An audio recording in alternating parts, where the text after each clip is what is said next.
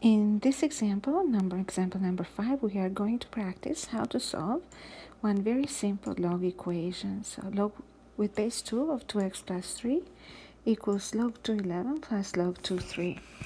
So in order to solve this equation, what we are going to do is first we're going to check and see the basis of each log. So the basis must be the same. Otherwise, we cannot operate or combine the terms. And then we need to direct our focus on what's inside the log. So in the first log term, we have 2x plus 3, which means the variable is here. And then we have two more log terms on the other side of the equation, but they have a constant number inside the log. What that means is that these two log terms can be combined. They have same basis, and then inside the basis, inside the log, they have numbers in it.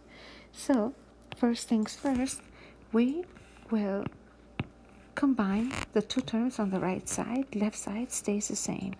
So log with base 2 of 2x plus 3 equals log with base 2 of, and now we have to think, since we have plus in here, so the addition of two logs, it means that we are multiplying the expressions or the numbers inside the log term. So 11 times 3. In a simpler form, we're going to write 2x plus 3 here equals log with base 2 of 33. Obviously, you don't need to write the step that I wrote before, but we're just explaining things for now. So you can just write the second step as your first. And now if you look at both sides of the equation, we have a log in each side of the equation. So we have log 2 and log with base 2, and inside the logs we have two expressions. These two are equal, which makes these two equal to each other as well. So we're going to write that 2x plus 3 must equal 33. So, and from here we have to solve the equation. So 2x equals 30, from where x equals 15. So this would be the answer to our equation. Now, as our first time of solving a simple log equation, we are going to try to check the answer. See if this would work for the equation. And to check the answer means to substitute the x in both sides of the equation. We actually have only one term where x appears, and see if the left side equals the right side. So we're going to say that log with base 2 of 2 times 15 plus 3 must equal log with base 2 of 11 times 3. So left side is log with base 2 of 2 times 15, 30 plus 3, 33 equals log with base 2 of 33. So left side equals right side, which makes us in the equation happy. So I'm going to say that left side equals the right side. Okay, so in the next question, we have a simple word problem. The relationship between the demand for a product, demand is indicated by variable D, and the selling price, P, is given by this equation here. It looks complicated. Try not to focus on the fact how complicated it looks. Just read the problem the first time as is.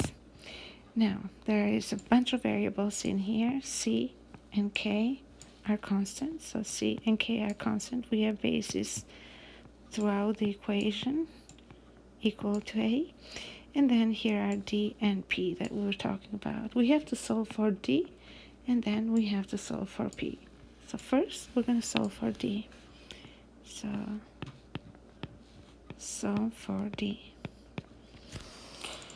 So to solve for d, obviously we need to first locate where the term with the variable d is located. Right? So, bless you. So here we go. And we're going to say this needs to be isolated. It's isolated already for us, so that's good. So we're going to write log with base a of d equals. And now we have to combine the two terms together because that's what it means. I mean, that's how we can access d. So these two terms have basis a, and all these other letters are just constant numbers whose values we don't know yet, but we're not asked to find, so we don't have to worry about it. So before you combine two terms, so before we apply the quotient law here, because we have a minus, we need to apply the exponents. Remember, there is an order in operations, just like with exponential numbers. And we're going to write here that's log with base a of c, and then minus log with base a of p to the power of k. So we just apply the power law here.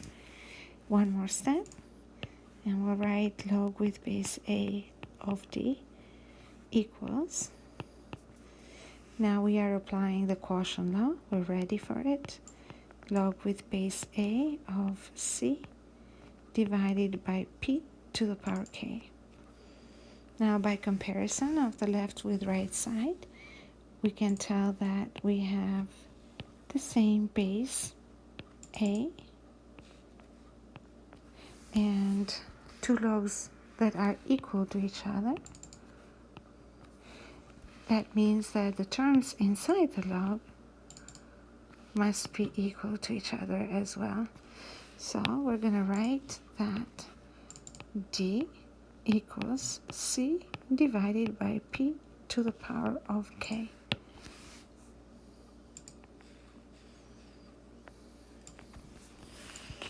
Now we're going to solve for the variable p.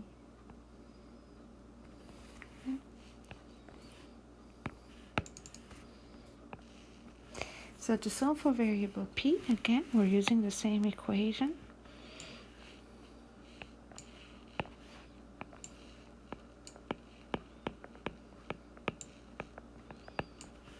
Let me write this down. So log with base a of d equals log with base a of c, and then minus k log with base a of p. So I just wrote the equation as is. Now we have to focus on the variable we're trying to solve for. So we are solving for the variable p, which is right here. The variable p is going with a term k log ap. So we'll take this term to the left side of the equation just because it's negative and we can make it positive this way. So we're going to write here that k log ap equals log with base a of c minus log with base a of d. Okay, I think that we are ready to combine the terms on the right side of the equation. We have a difference of two logs, that means the quotient law, and we go k log with base a of p equals log with base a of c divided by d. Now remember that the coefficient k is just a number, and what we can do is isolate log ap first from the coefficient k. So that means that we have log with base a of p equals 1 over k log with base a of c divided by d. Now we're almost ready to solve for p, but we have one more step, and this would be bringing the coefficient 1 over k inside, and that will be an application of the power law. So we're going to write that log with base a of p equals log with base a of c over d to the power of 1 over k. So again, we have a situation where we have the log in both sides of the equation. Both logs have base a, so which leads us to think that the values inside the log must equal each other. So we can write that p equals c over d to the power of 1 over k. That's the answer for the value of p. Alright, so we have two more questions. Example 7.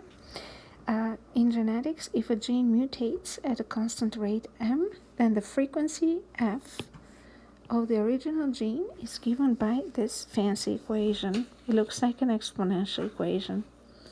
F0 is the frequency at t equals 0. Again, it looks like a complicated equation. Don't let that intimidate you. Just read the problem once. You don't have to understand it right away the first time you read it, and then read it a second time, focusing more on the equation. So I usually like to write the equation first. So I have f equals f0 1 minus m to the power of t. And now what I am asked to do, and I'm reading the problem again, is find t. So we have to solve for t. That's the unknown.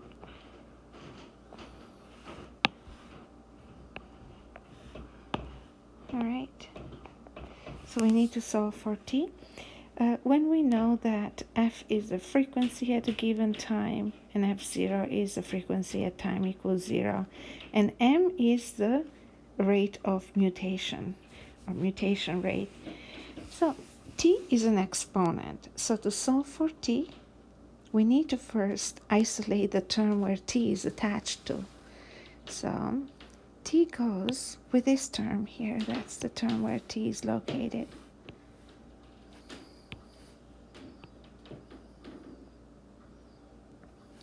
And in order to solve for t, we need to isolate it step by step. First, we have to isolate from f0, and then we take the next step. So first, we are dividing both sides by f0. So that will leave us with 1 minus m to the power of t equals f over f0. And now we're thinking, okay, we have only one term in each side of the equation. So here we have an exponential number, and here we have some fraction. We need to solve for the exponent. Now, the only way to solve for the exponent here now would be the exponent, which is our unknown t, is also called the log. And this log actually is connected with the base 1 over m. So that's the base 1 over m that it will go right here. 1 minus m, sorry, that goes right here, of f over f0. So f over f0. So this will be the formula for t. Now, the truth is, it looks a little bit awkward because we're used to seeing only one number in here or one term, and we have a binomial. It is the way it is. Sometimes that happens when we have the numbers to substitute in, that it would look a lot friendlier than this one. So for now, though, I will be happy with my result, and I will say I just solve for t. I isolate it, and t equals log with base 1 minus m f over f0. Now, the next question says, well, if m equals 5 times 10 to the negative 5, so we're given the base, the value of m, which will help us convert the base into a number. After how many generations does f become half of f0? So, two things that I want to talk about. Number one is we need to replace the value of m. And number two, we need to replace the value of f. We are told that f is half of f0. So once we replace them, we can take another look at the formula and see if we'll be able to find the actual value of t. So here we go again, and we're going to write t equals log with base 1 minus, and then here we're going to write this fancy number 5 times 10 to the power negative 5. Do not worry about how complicated the number is, again, because the calculator will do the work for us. And for f over f0, there are a few alternatives. So we can write f over f0 as, remember, f is half of f0, so we're going to write 0.5 f0 over f0, and that will make the ratio f over f0 0.5, right? Or if you wish, you can say, oh, from here it looks like f0 equals twice f, so you can substitute f0 by twice f, so f over f0 equals f over 2f, which actually leads us to the same answer, 1 over 2, or 0.5. So nothing to worry, like this is a very tedious detail, but again, different ways of thinking that we need to talk about. And right now we are going to substitute here by 0.5, since we just found out what that ratio will end up being, regardless of how we choose to find it. Oopsie. So we're going to write here 0.5. So in order to evaluate this number, remember this is a number inside the log, this is the base, I am going to use a calculator. So I'm going to change the base to base 10 because that's what the calculator has. Log of 0.5 over log of 1 minus 5 times 10 to the negative 5. And I'm going to ask the calculator to do the work for me. So log 0.5 over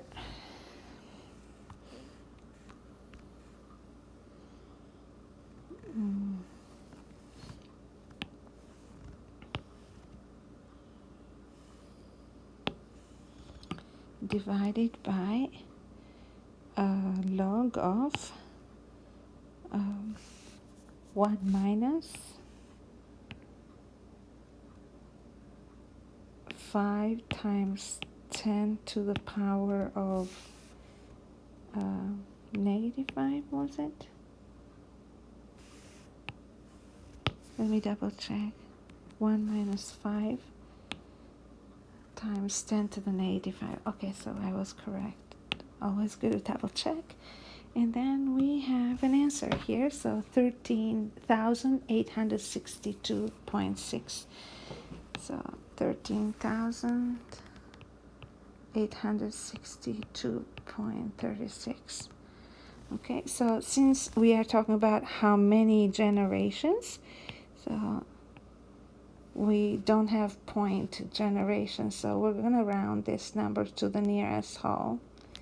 And we're going to say that it will need 13,862. generations. All right. So I hope you enjoyed these explanations and things made sense again. If you still have questions, please let me know so we can discuss them together on our Google class. Your homework will be on page 466, numbers 1 to 9, only the odd letters, and please do number 11.